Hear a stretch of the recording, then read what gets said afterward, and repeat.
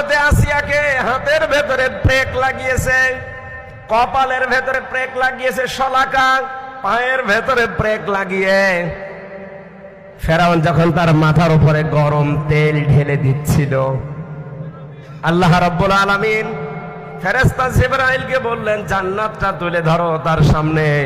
দরাবাল্লাহু মাসালাল লিল্লাযিনা আমানু ইমরাতা ফিরআউন ইয ক্বালাত রাব্বি ইবনিলি ইনদাকা বাইতান ফিল জান্নাতি ওয়ানাজ্জিনি মিন ফিরআউনা ওয়া আমালিহি ওয়ানাজ্জিনি মিনাল কওমিজ যালিমিন।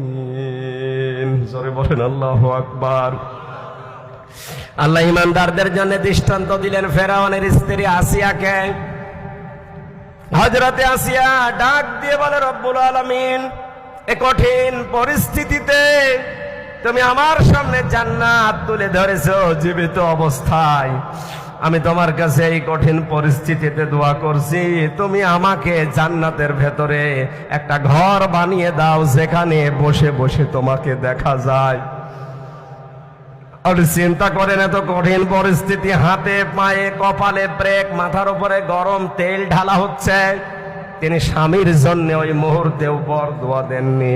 তিনি বলেছিলেন ওনাজ্জিনি মিন ফিরআউনা, তুমি আমাকে ফেরাউনের কবল থেকে বাঁচাও, ওনাজ্জিনি মিনাল কওমিজ যালিমিন, এই জালেম সম্প্রদায় থেকে, ফেরাউন যাদেরকে দিয়ে আমার উপর অত্যাচার চালায় তাদের জুলুম থেকে তুমি আমাকে বাঁচাও, কিন্তু তুমি রাগ করে আমার স্বামী ফেরাউনের উপরে গজব দিও না। বাংলার মেয়েরা, এত কঠিন শাস্তি দেওয়ার পরেও যিনি স্বামীর উপরে বরদোয়া দেননি, তিনি বলেছিলেন আল্লাহ তুমি আমাকে বাঁচাও, কিন্তু আমার স্বামীকে তুমি গজব দিয়ে ধ্বংস করো না। এ কি ভালো স্বামী? কথা বলেন। এ পৃথিবীতে ফেরাউনের মতো স্বামী কারো হয়েছে কিনা আমি জানি না, কিয়ামত পর্যন্ত মনে হয় হবেও না।